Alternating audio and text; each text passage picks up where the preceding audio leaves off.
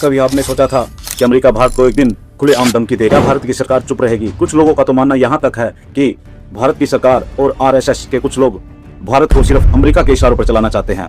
America ने तो यहाँ तक कह दिया है कि अगर हमारी बात नहीं मानी तो आपका हाल जैसे वेनेजुएला देश का हमने किया था वैसा ही हाल हम भारत देश का करेंगे।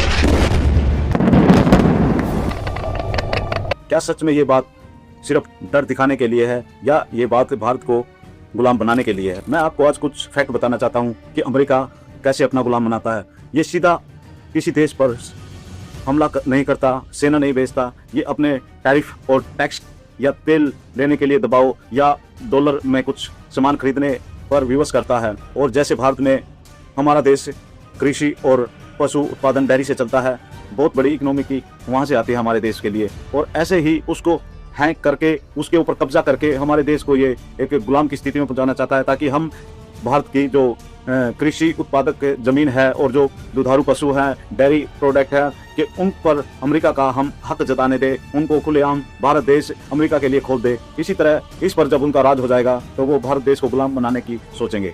भारत क्यों प्रेशराइज है? आज भारत देश कई मुद्दों पर अमेरिका के लिए एक प्रॉब्लम बन सकता है। जैसे हम तेल रूस से खरीदते हैं, डिफेंस खरीदते हैं और डॉलर को बाईपास करते हैं, और अमेरिका चाहता है कि चीन के खिलाफ भी भारत देश हमारा सहयोग दे। लेकिन पूरी तरह भारत चीन से सीधे सीधे दुश्मनी नहीं लेगा अमेरिका के कहने पर, क्योंकि भारत देश उसकी कोई कठपुतली नहीं है। साथियों, आपने कई मुद्दों पर देखा है कि अमेरिका के जो राष्ट्रपति है डोनाल्ड ट्रंप भारत को प्रेशराइज करते हैं कि भाई तेल हमसे खरीदो, कि रूस से मत खरीदो, ईरान से मत खरीदो, प्रेशराइज करता है। और हमारी सरकार है उसकी कुछ बात मानती भी है, पता नहीं क्यों मानती है, क्या दबाव है हमारे देश के प्रधानमंत्री के ऊपर।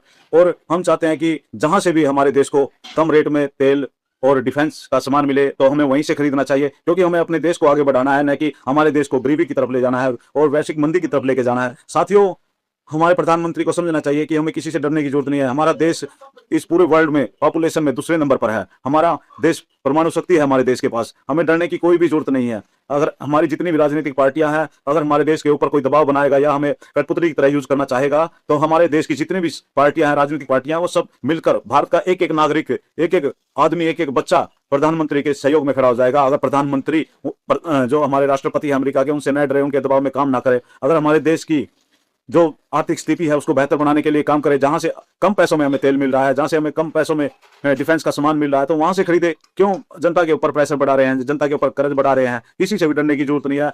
एक प्रधानमंत्री का क्या काम होता है कि वो अपने देश को आगे बढ़ाए, नागरिकों को सुरक्षा दे, नागरिकों को आने वाले समय में जो बुरा समय आता है उसमें सुरक्षा प्रदान करे, खाने पीने का सामान मुहैया कराए। तो मैं यही चाहूंगा कि हमारे देश के प्रधानमंत्री को रिक्वेस्ट भी करूंगा कि किसी से डरने और डरने की जरूरत नहीं है। खासकर